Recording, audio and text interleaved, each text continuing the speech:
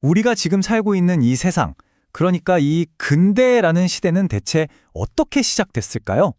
오늘은 급진적인 사상과 혁명의 불꽃이 어떻게 오늘날의 세계를 만들었는지 그 거대한 여정을 따라가 보려고 합니다.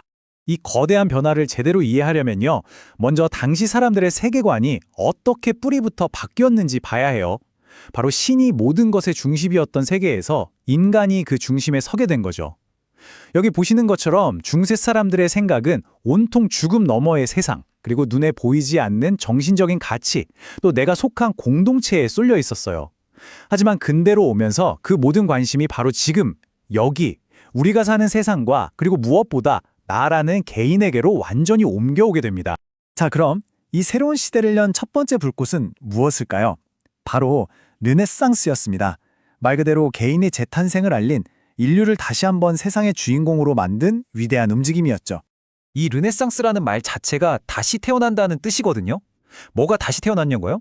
바로 인간의 이성과 창의력을 마음껏 찬양했던 고대 그리스 로마 시대의 정신이었습니다.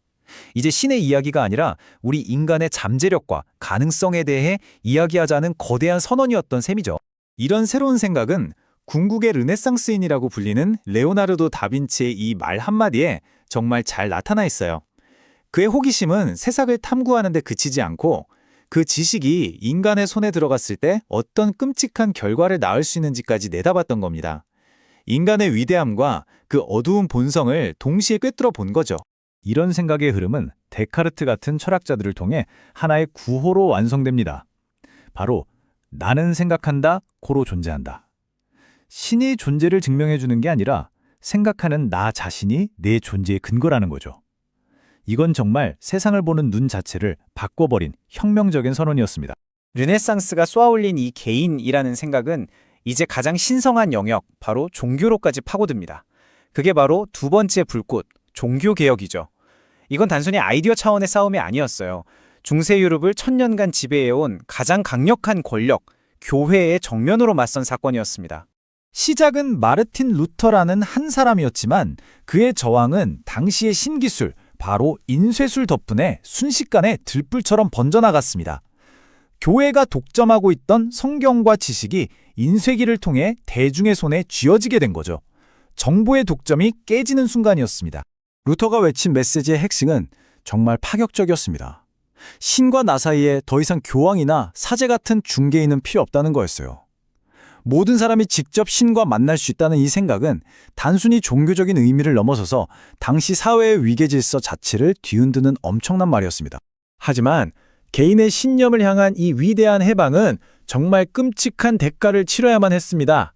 이 생각의 차이가 결국 유럽 대륙 전체를 무려 30년 동안이나 계속된 끔찍한 전쟁의 소용돌이 속으로 몰아넣고 말았거든요.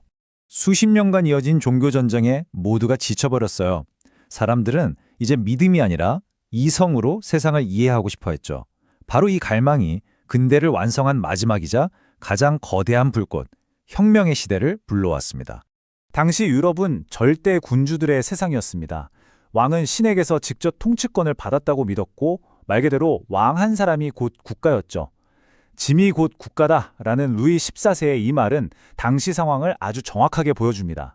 바로 이런 시대에 맞서 계몽주의 사상가들이 완전히 새로운 사회의 청사진을 제시합니다. 그건 신이 준 권력이 아니라 여기 보이는 것처럼 이성, 관용, 인권 같은 인간이라면 누구나 누려야 할 보편적인 가치들로 만들어진 세상이었죠. 어둠을 걷고 이성의 빛으로 세상을 밝히자는 운동이었습니다. 지금 우리에겐 이게 너무나 당연하게 들리잖아요. 하지만 당시 현실을 생각해보면 이건 정말 세상을 뒤엎을 만큼 급진적인 주장이었어요. 농민은 그냥 평생 일만 해야 하고 생각이 다른 사람은 불태워 죽이는 게 상식으로 여겨지던 시대였으니까요. 결국 이 모든 긴장과 분노는 1789년 한 지점에서 폭발하고 맙니다. 바로 프랑스 혁명이죠. 자유, 평등, 박애라는 깃발 아래 수많은 사람이 왕의 목을 치고 낡은 세상을 무너뜨렸습니다. 이건 단순히 프랑스 왕 한 명이 사라진 사건이 아니었어요. 1000년 넘게 이어져 온 왕과 귀족의 시대를 끝내고 국가의 주인은 국민이라는 민주주의와 인권의 개념을 온 세상에 알린 인류 역사의 거대한 전환점이었습니다. 하지만 이렇게 탄생한 근대라는 세상은 우리에게 아주 복잡한 유산을 남겼습니다. 눈부신 진보의 이야기인 동시에 그 누구도 상상하지 못했던 파괴의 이야기이기도 하거든요. 여기 이 표를 한번 보세요. 정말 놀랍도록 모순적이지 않나요? 근대의 빛과 그림자는 마치 동전의 양면처럼 붙어 있습니다. 과학은 인류에게 풍요를 줬지만 동시에 세계대전이라는 최악의 살상 무기를 낳았고요. 자유와 인권을 외치면서도 다른 한편에선 식민주의와 노예제라는 야만적인 폭력이 계속됐습니다. 진보에 대한 믿음은 결국 홀로코스트 같은 끔찍한 비극으로 이어지기도 했죠. 그래서 우리는 이 근본적인 질문 앞에 서게 됩니다. 인류 역사상 가장 이성적이라고 자부했던 시대가 어떻게 가장 비인간적인 비극을 만들어낼 수 있었을까? 이 질문은 과거의 이야기가 아닙니다. 진보의 빛과 그림자를 어떻게 다룰 것인가 하는 이 숙제는 바로 오늘에 사는 우리 모두에게 여전히 남아있는지도 모릅니다.